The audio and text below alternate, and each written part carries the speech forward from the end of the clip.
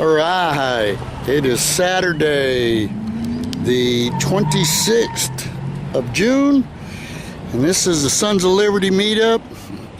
We're getting ready to go support Matt Ocker down in Victoria for his campaign run.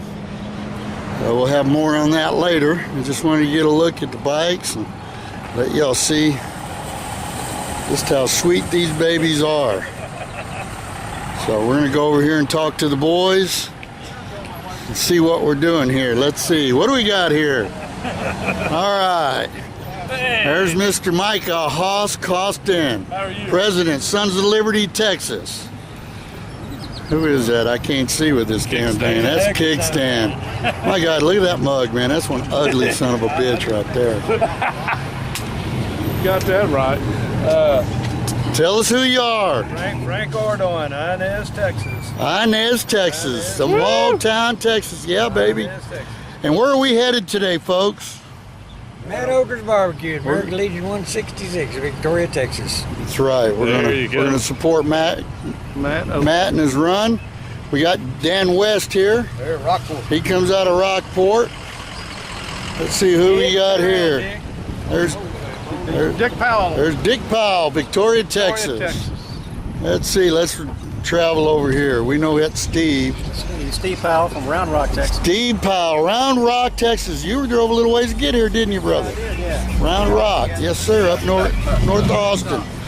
There's Dad and son right there. Rick the Fence Henley and Ricky Henley.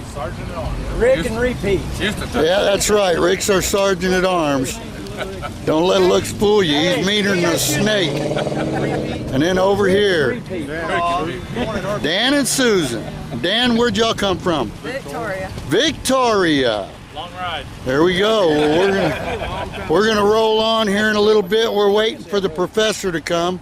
He's riding down from Kyle. I think he's lost.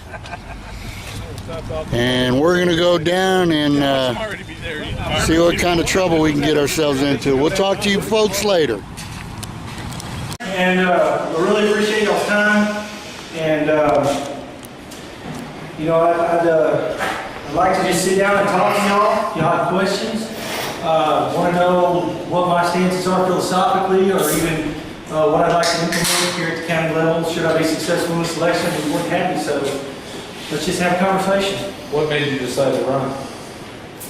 Well, that is about the question I get probably as much as any other thing. I know this sounds a little bit nostalgic, but trust me, I don't massage people based on who I'm talking to. My message is always the same. I've got two young girls that are 9 and 6 years old. I am only 32 years old. I've listened to uncles and my dad, different family members, people I've been associated with through the years that are, you know, in their 50s and 60s now, and I've listened to them talk about the freedoms that they had and the things that they could do, and the you know, just look at the laws that have been passed in the last 30, 40 years. And I look at my children and I think, you know, I think what really put it in perspective for me is I had a stepdaughter turn 16 two, 3 years ago, and I looked at the driving laws. And I remember when I turned 16, I got my driver's license. That was a big deal for me because we have a farm, and my family has a farm in Austell, near Austell, part of it in Refugio County, part of it in Aransas County. And we never actually lived on the farm. We lived in Rockport, and in 1990 we moved to Victoria. And I remember, you know, when I turned 16, you know, even before I was 16, you know, I got away with a few things. But when I turned 16, you know, I'd get up 4 o'clock in the morning sometimes to jump in the truck, go down there, go hunting, go working, do whatever, go out on the road, go check on jobs, deliver equipment around into various places, because we did have some custom services that we went on the road with. And I think that's what finally started kind of getting where I feel like I came full circle, you know. I've always been a person who longs for freedom. I believe in liberty. I believe in the concept of the individual being sovereign over him or herself. And I think when I looked at just something as simple as driving laws, I mean, that's when I really started looking at it. And then, you know, of course, you know, you pay attention to the national stuff, and sanity is not even part of that equation. And sadly, our beloved state is getting that way. I mean, one of the things that's very difficult to keep up with are state politics and what the state legislature's up to. It's because newspapers don't report on it near as much unless you're in Austin. People don't talk about it near as much. You know, you kind of have to jump from local elections all the way up to the federal. And I look at some of these laws that get passed at the state level, and they're just, there's nothing but madness. And I wonder, you know, I find myself constantly saying, well, who in the hell thought of that? And I run in a lot of different circles, you know. Like I said, I'm in my early 30s. I've got friends in their early 20s. I've got friends in their late 70s and 80s. I've got friends that are, you know, have been common workers, hourly wage workers their whole life. I've got friends that have never worked a day in their life. They were handed a trust fund. And yet, everywhere I go and everyone I talk to, the message is always the same. Who in the hell thought of that?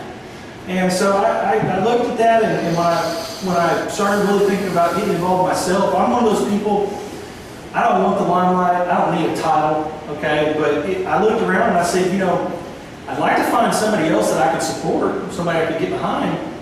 The problem is, man, I'm going to tell you, here in the county of Victoria, everything is preordained. You know, the transfer of power is almost one of lineage, more so than putting it up to the will of the voters. I mean, it's all determined before anybody's ever put on a ballot.